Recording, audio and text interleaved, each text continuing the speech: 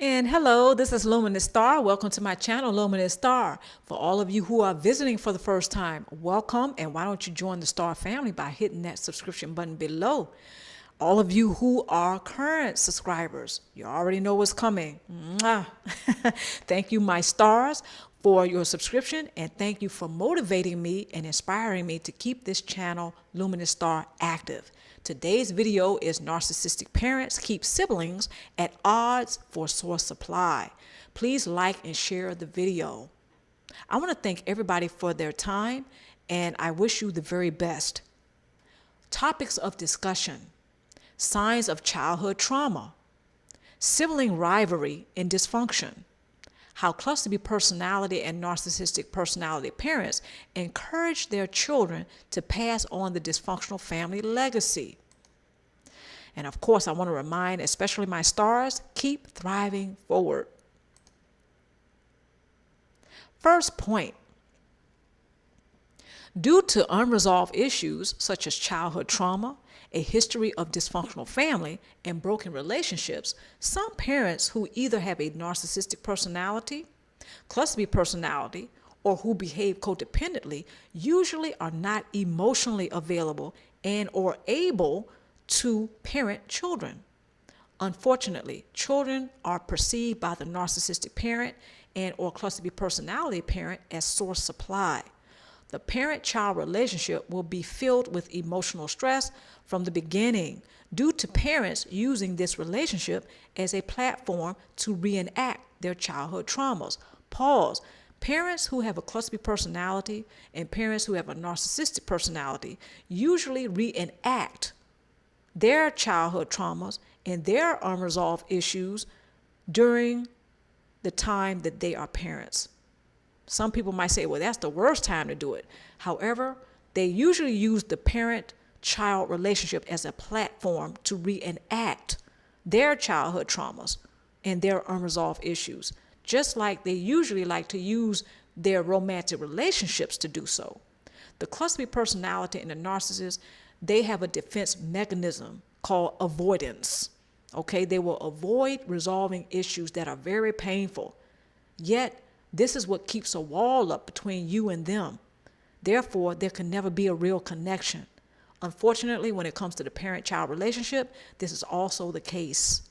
When it comes to the parent who behaves codependently, he or she can also use the parent-child relationship as a platform for reenacting their childhood traumas and unresolved issues. But we're mainly speaking of the cluster personality and narcissist here. Next point. Sibling rivalry between children is natural within families. However, when children become adults, the childhood relationship comes to an end, while the rivalry may continue. Due to dysfunctional behaviors, whether these behaviors are encouraged by parents or not, siblings will tend to be at odds with one another based on their own perceptions rather than reality about the condition of their family. The thing that also happens is that the childhood relationships are over. Not necessarily the rivalry. Sometimes siblings could be in their 50s and 60s and they still have sibling rivalry. I've seen this for myself. Not a pretty sight. Not a pretty sight at all. However, it's quite common when it comes to dysfunctional families that sometimes is headed by a cluster personality and or narcissist parent. So the sibling rivalry stays ongoing long into adulthood when the childhood relationship is over. One of the reasons why the sibling rivalry goes on is because you have all of the siblings who are well over 18 attempting to have a childhood relationship when they're all in adulthood. An adult cannot have an adult relationship with a child. However, when it comes to siblings from a dysfunctional family headed by the cluster personality parent or the narcissistic parent, yeah, you have siblings who are well over 18, yet they attempt to continue to have a childhood relationship and not an adult relationship. That's the time that they're supposed to have an adult relationship. But it's very difficult because there's a lot of hurt. There's a lot of pain. There's a lot of trauma that goes unresolved. So the sibling rivalry goes on, and these siblings don't support one another. It's very hard for each one of them to see or resonate where the other one is coming from. So each sibling is still focused on his or her own perception of their dysfunctional family. They're not looking at the condition of the family, which is dysfunctional. They're not looking at that. They're looking at their own hurt. They're looking at their own needs, their own desires, and they're not taking into consideration that their siblings also came from the same dysfunctional family, yet experienced the family differently. So each one of those siblings continue to be at odds with one another, and this absolutely supplies the cluster B personality parent and or the narcissistic parent, and sometimes even the codependent parent, but not so much.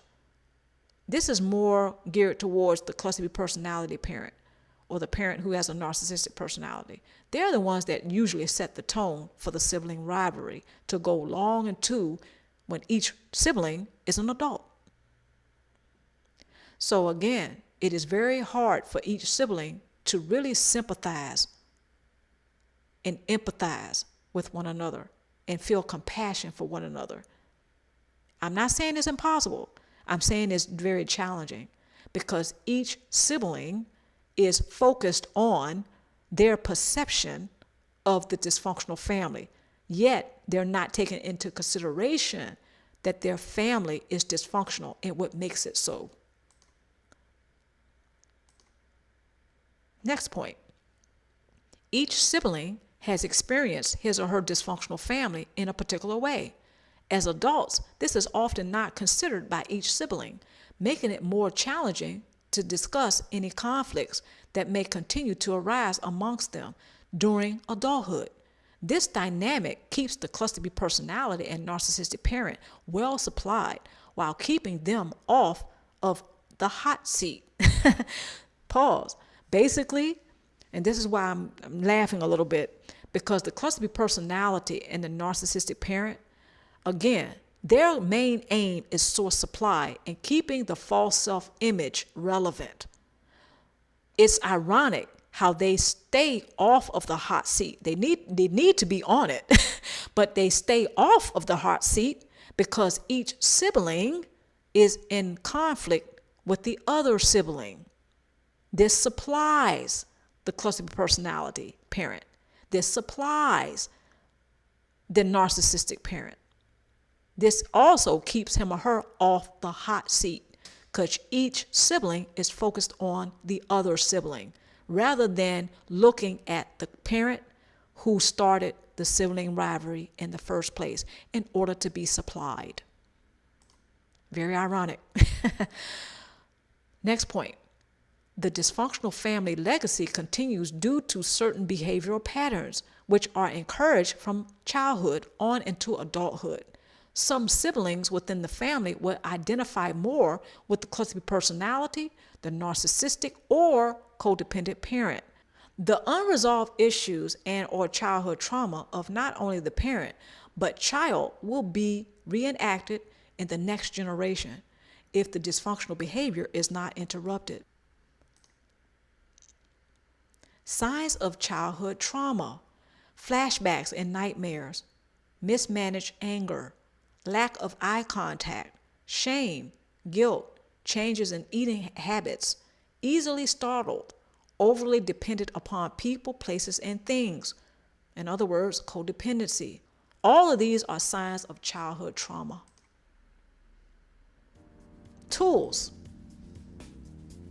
Trust yourself. Keep going. Well done. Last tool. Keep track of your progress. In other words, celebrate how far you've come instead of just looking at all of the pitfalls in your life. I know for me, this was not easy, but I've gotten out of that a little bit. I'm not saying every now and then I don't have my moments. However, when I keep track of how far I've come, I do feel better. And I do celebrate and give myself a pat on the back sometimes. And sometimes it does us good to look in the mirror and say, well done. Okay? Second tool, keep going. Keep thriving forward. First tool, trust yourself. You don't have to trust the narcissist and the cluster personality. I actually wouldn't advise it. But you have to probably trust yourself.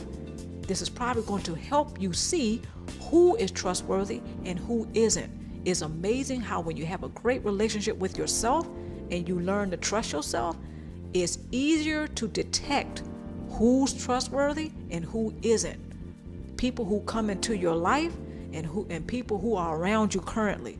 You will begin to have a great radar for those who are demonstrating that they are trustworthy and who demonstrate that they are not trustworthy. So trust yourself. All right, having said all that, let's move on to the resources and the references, which you can find in the description box below. All right, references and resources, again, find them in the description box below. I want to thank everybody for joining me today. I'm Luminousz Star. Stay tuned for more videos.